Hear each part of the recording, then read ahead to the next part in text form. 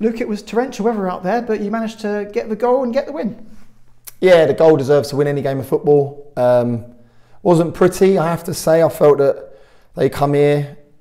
I don't think we were productive in our final third play. Again, it's something that we got to look at. But again, I said it in the interview prior to the game yesterday that we need a win. Bottom line, I don't care. 3 points on the board was fundamental this evening, and we went and done that. And Cabs, in fairness to him, has pulled one out of the top drawer. It's a great finish, good clearance from the back line, and another clean sheet. So a couple of positives.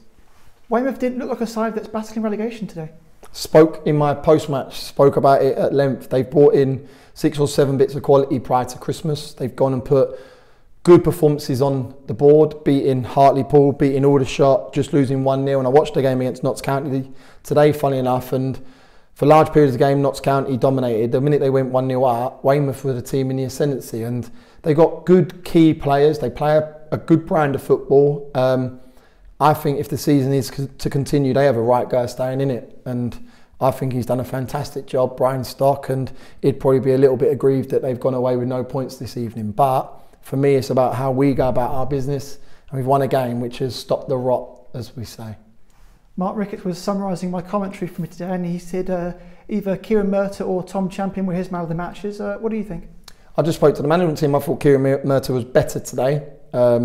I felt he was very good at Stockport. Don't think he had the best of games against Chesterfield, and I thought he was very good in spells today. So yeah, I'd say that. I'd say Kane Smith done okay.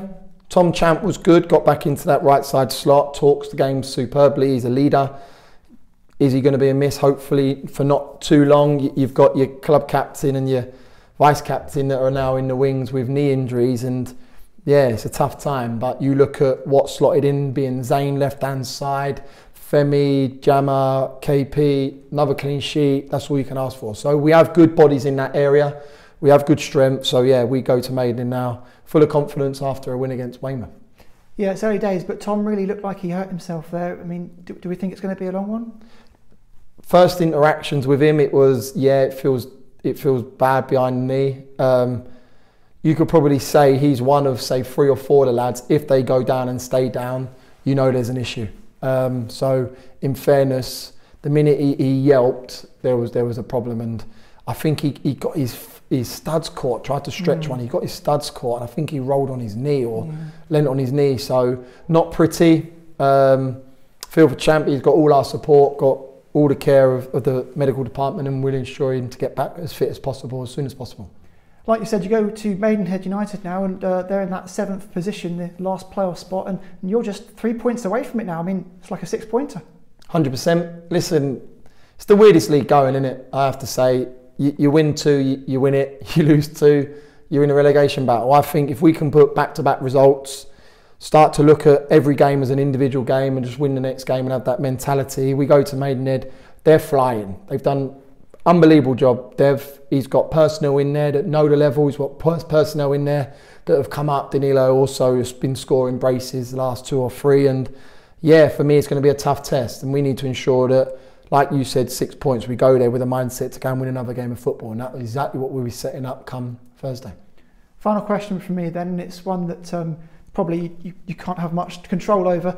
I mean, obviously there was the announcement yesterday, and clubs now have 28 days to respond with their votes as to whether they want the season to continue or not. I suppose, as far as you're concerned, you just need to get the boys with their heads down and keep playing until the final whistle off the pitch is blown. Exactly that. I said it again yesterday in an interview that we're focusing on playing Maidenhead. We'll focus until we're told otherwise. As a club, we're set. We know exactly what we're doing in terms of financially, the backing of the chairman. We're in a good place, and that's credit to the people in the building, being the chairman, Charlie, myself, that has allowed for people to be safe, ensure that there's an effort in terms of trying to finish the season as best we can, and we will be giving our all until told otherwise.